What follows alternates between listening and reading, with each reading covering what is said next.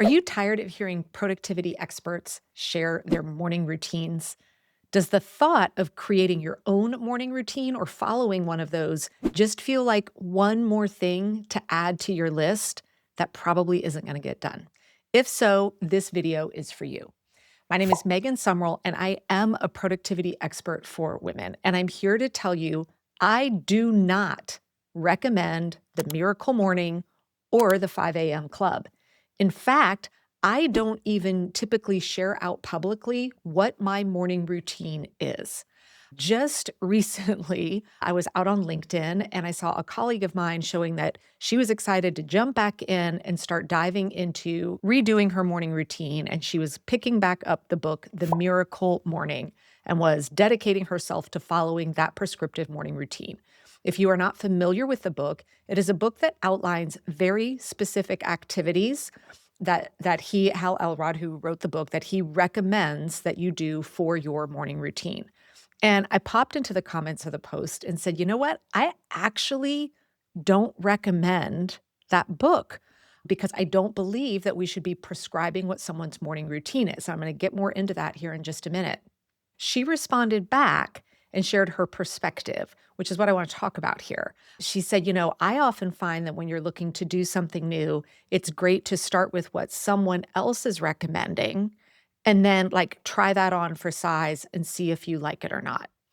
And while I don't disagree with that statement, I think there's something really, really important that's missing there. When I look at my lifestyle, it includes the fact that I run a company from home. My husband also works at home. We have a school-aged daughter that requires a lot of still me being what I feel feels like a full-time Uber driver. We have 2 pets, right? My lifestyle is not one where I am an empty nester or I don't have kids. I am not in complete control of my time. There are expectations of me in the mornings, afternoons, and evenings. I do not recommend going and following advice on something that's going to impact your calendar or your lifestyle from someone who's in a completely different season or stage of life. This is why, for the women that are in my world learning all things time management, organization, and productivity, most of them are in a similar lifestyle as I am. And so to start by reading the Miracle Morning book, who is written by someone who's not a primary caregiver, who's not dealing with kids walking into their room at 5:30 in the morning, who isn't in the hustle and bustle of packing lunches, getting breakfast, finding the shoes, getting kids out the door, you're setting yourself up for failure. You're not even starting at the same starting point, right? So this is why if you're thinking, oh, well, I'll start with what this expert is saying and see if I like it or not, you need to go the second step of doing the due diligence to say, what does their lifestyle look like? Is this someone that's even kind of in the same realm that I am, that it might actually make sense for me to dive a little deeper and see what they're doing? So let's talk about my take then on morning routines. Do I think they're important? How do you go about deciding what your morning routine should be? I am 100% a massive believer in the importance of morning routines. I've had one for years. If for some reason I don't get it in the morning, it is not good. But here is what I have learned after teaching thousands of women this process of figuring out how to create a morning routine that serves them. Number one is most women actually don't completely understand what a morning routine is. They come to me and say, yes, Megan, I have a morning routine. But when we dig into it, what they actually have is a morning task list. Here's the subtle difference. If your quote morning routine starts with you getting out of bed and you are immediately doing tasks in service to others, that's not a morning routine. That's a morning task list. So, for example, if your day starts with someone coming and whispering in your ear, Mom, and now you're downstairs and you're making breakfast and you're feeding the pets and you're packing lunches and you're emptying the dishwasher and you do that every single morning, that's not a morning routine. That's a morning task list. A morning routine is a series of activities that you do that is in complete service to yourself, not others. I repeat, the purpose of a morning routine is to serve yourself before you are serving others. Now, when you go look at the productivity experts out there sharing their morning routines, when you look at the activities they're doing, these are not activities in service of others. Like they've got that part right. Oftentimes, you see things that people are doing like meditating or journaling or doing yoga, cold plunges or saunas. They're doing things that are just 100% in service to themselves. And that's at the heart of what a real morning routine is. All right. So a lot of women think they have one. And then after working with me, they realize, oh man, no, I have a task list. I don't have a morning routine. Now, the reason women, especially if you're kind of the default parent or primary caregiver, one of the main reasons why we don't have a true morning routine is because we live with people likely who have needs from us when their day starts, which means when we see what these productivity, bros out there are publishing as these hour-long quiet meditative morning routines, we're like, the only way I could pull that off is to wake up at 4 a.m., right? And hope that nobody wakes up while I'm doing that. And this is why people just throw up their hands and say, I can't do that. Or worse, they try and implement these prescribed morning routines. And because it doesn't work for them, because the timeline simply doesn't work, they feel like they've failed. So here's what I want to invite you to do as you're thinking about what a morning routine might look like for you. I want you to think about what is just one thing, one small thing that you really enjoy that kind of sets you up. I don't want to use the term energizes you because the minute I say that, people think they have to like get out there and run or exercise or something like that. It doesn't have to be physical.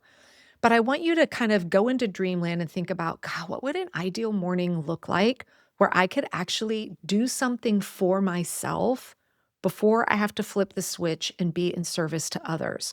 Whether it's, your job, your family, your children, your pets, your parents, whatever that is. And then I want you to think about how could you even just get 5 to 10 minutes to have that in the morning before you go serve others. This doesn't require you to wake up an hour or 90 minutes before your family. Oftentimes, just a 5 or 10-minute window can be life-changing. Years ago, when I was really trying to get back into a morning routine, my daughter was much younger, which meant the pitter-patter of her feet could sometimes start at 5:30 in the morning. I was at a season where I'm like, I would just like to have 10 minutes before I hear the word mom and just like mentally prepare myself for the day. That's what I'm talking about. Now, because we're here sharing morning routines, people are always interested to hear what mine is. Mine changes throughout the year, whether it's summer, winter, depending upon we're getting up early for school or not. But I will happily share what mine is right now. Now, I'm telling you this not because I think that you should follow my morning routine. I am going to share what my morning routine is with you because, again, I am an incredibly productive person. I am a thought leader in the time management, organization, and productivity space for women. And I want you to notice as I'm telling you kind of the 4 main parts of my morning routine, I want you to notice what's not in there. All right. I don't meditate. I don't journal. I don't do yoga. Not because I don't believe in those things, but because those are not enjoyable ways for me to start my day. They don't set me up feeling like, yes, I am now ready to go out and serve others and enter the world. So my morning routine is pretty simple. It starts with a really good cup of coffee. We have 2 dogs that wake up with me as I tiptoe down the stairs. So it is me with my 2 dogs making a cup of coffee. There's usually a lot of head and butt scratches for them involved during that window. I then do something no productivity expert would tell you to do, which is I open up my phone and I go to the New York Times game app. In there are 4 games that I play every morning with my cup of coffee. I love puzzles. That is a treasured time for me. Then I review my plan for the day with my top planner that I keep right here. This is where I do my detailed weekly planning. So I kind of look at what did I plan to do for the day. So I've kind of got my head aligned with everything that's going on. And at that point, I'm now ready to get up, depending upon the weather, bundle up potentially, and I go for about a 30-minute walk with my dogs before the rest of the world is up. And some might say, well, isn't that in service to others because it's walking your dogs? Yes, but again, the intent, what we're really after is, does this fill you up? I love getting out early in the morning. I love that quiet time where I'm either walking or running with them. It is not a have to for me. It is something I look forward to.